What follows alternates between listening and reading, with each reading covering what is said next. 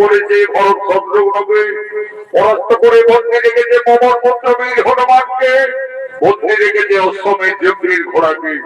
কেমন শক্তিশালী এই কাননে দুই রীতি ভালো।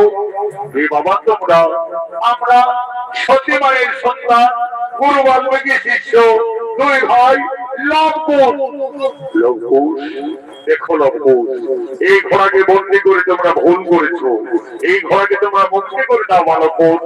তাহলে তুমি এই কি অযোধ্যার মহারাজ শ্রী রামচন্দ্র? হে বালকুশ, তোমাদের অনুমান সত্য। আমি অযোধ্যা বটে ত্রিলোক জয়ী রাজা শ্রী রামচন্দ্র।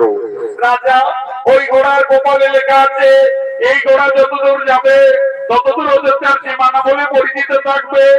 হে বালকুশ, তোমরা তো ঠিকই বলেছো। এই ঘোড়া আমার অশ্বমেধ যজ্ঞের ঘোড়া। এই ঘোড়া পূর্ব পশ্চিম উত্তর দক্ষিণ যতদূরই যাবে ততদূর অযোধ্যার সীমানা বলেই পরিচিত থাকবে। রাজা, তাহলে আমরা বিনা যুদ্ধে